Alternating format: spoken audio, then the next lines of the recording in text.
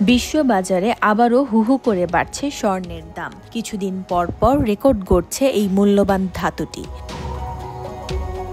সোনার পাশাপাশি বাড়ছে রূপার দামও। সর্বশেষ তথ্য মতে স্পট মার্কেটে সোনার দাম এখন প্রতি আউন্স $৪,179.48, যা ইতিহাসের সর্বোচ্চের কাছাকাছি। আর এই দাম এখানেই থামবে না বলেই মনে করছে বিশ্লেষকরা। ব্যাংক অব আমেরিকার এক সাম্প্রতিক পূর্বাভাসে বলা হয়েছে, আগামী 1 বছরের মধ্যে অর্থাৎ 2026 সালের মধ্যে সোনার দাম পৌঁছাতে পারে প্রতি আউন্স $5,000। গড় দাম থাকবে প্রায় $4,400। রূপার দামও প্রতি আউন্স $65 ছুঁতে পারে, যার গড় হবে প্রায় $56।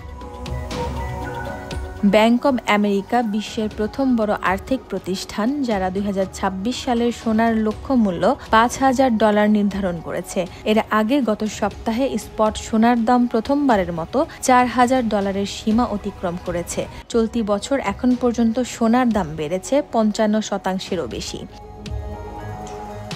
বিশেষজ্ঞদের মতে নতুন মার্কিন চীন বাণিজ্য উত্তেজনা, বৈশ্বিক অর্থনৈতিক অনিশ্চয়তা এবং মার্কিন ফেডারেল রিজার্ভের সুদের হার কমানোর প্রত্যাশা, এই সব কারণেই নিরাপদ বিনিয়োগ হিসেবে স্বর্ণের প্রতি ঝুঁকছে বিনিয়োগকারীরা।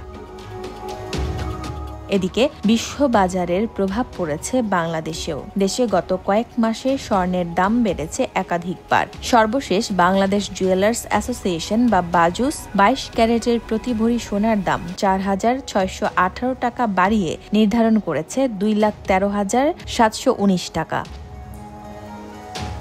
21 ক্যারেটের দাম $2,04,003 টাকা, 18 ক্যারেটের $1,74,855 টাকা, আর সনাতন পদ্ধতির প্রতি ভরি সোনার দাম এখন $1,45,520 টাকা।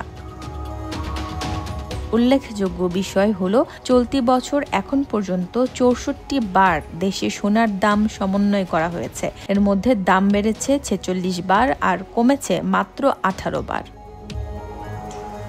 সব মিলিয়ে আগামী বছর সোনার বাজারে দেখা যেতে পারে আরেকটি নতুন রেকর্ড, এবং স্বর্ণ আরও একবার প্রমাণ করতে পারে কেন একে বলা হয় নিরাপদ আশ্রয় বিনিয়োগ। দেশ সময় নিউজ ডেস্ক।